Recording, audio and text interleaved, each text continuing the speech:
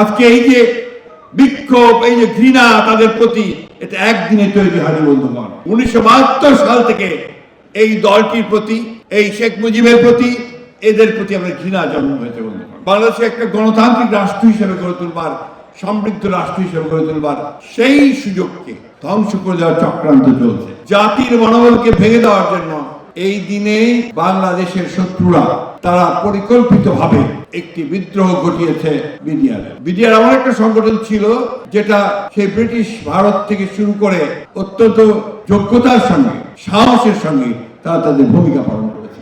আমাদের এই বাংলাদেশেও তারা সেই ভূমিকা পালন করেছে যাতে করে তাদের সীমান্তকে তারা রক্ষা করতে পারে, সেই কাজ তারা করেছে। সেটাই ছিল কাল।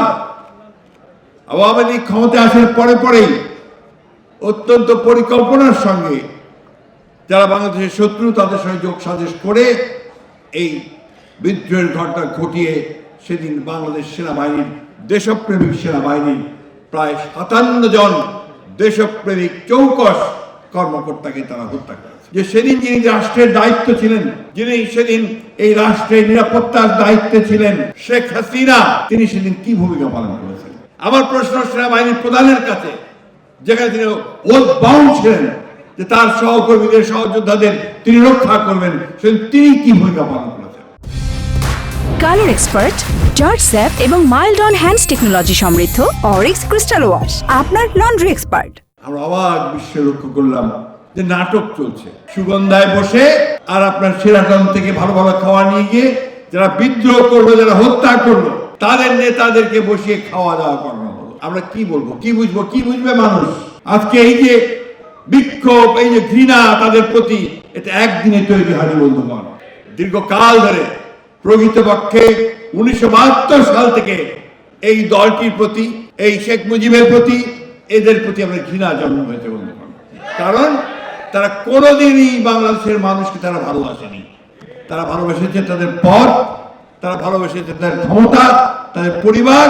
এভাবেই তারা আজকে এই বাংলাদেশকে ধ্বংসের মুখে ঠেলে দেওয়ার চেষ্টা করেছে।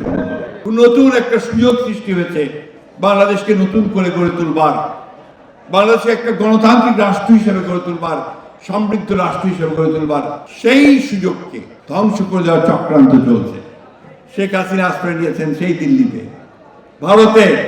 সেখান থেকে তিনি চক্রান্ত করছেন, পরিকল্পনা করছেন যে কি করে এই গণ অভ্যুত্থানের, এই বিজয়ের সমস্ত ফলাফলকে নস্যাৎ করে দেওয়া যায়। সেখান থেকে চক্রান্ত করছেন যে বাংলাদেশে কি করে আবার নৈরাজ্য সৃষ্টি করা যায়, একটা অস্থিতিশীল অবস্থা সৃষ্টি করা যায়। তারই চক্রান্ত আমরা দেখছি আজকে বিভিন্নভাবে, বিভিন্ন পক্ষ থেকে একটা অস্থির অবস্থা সৃষ্টি করা হচ্ছে।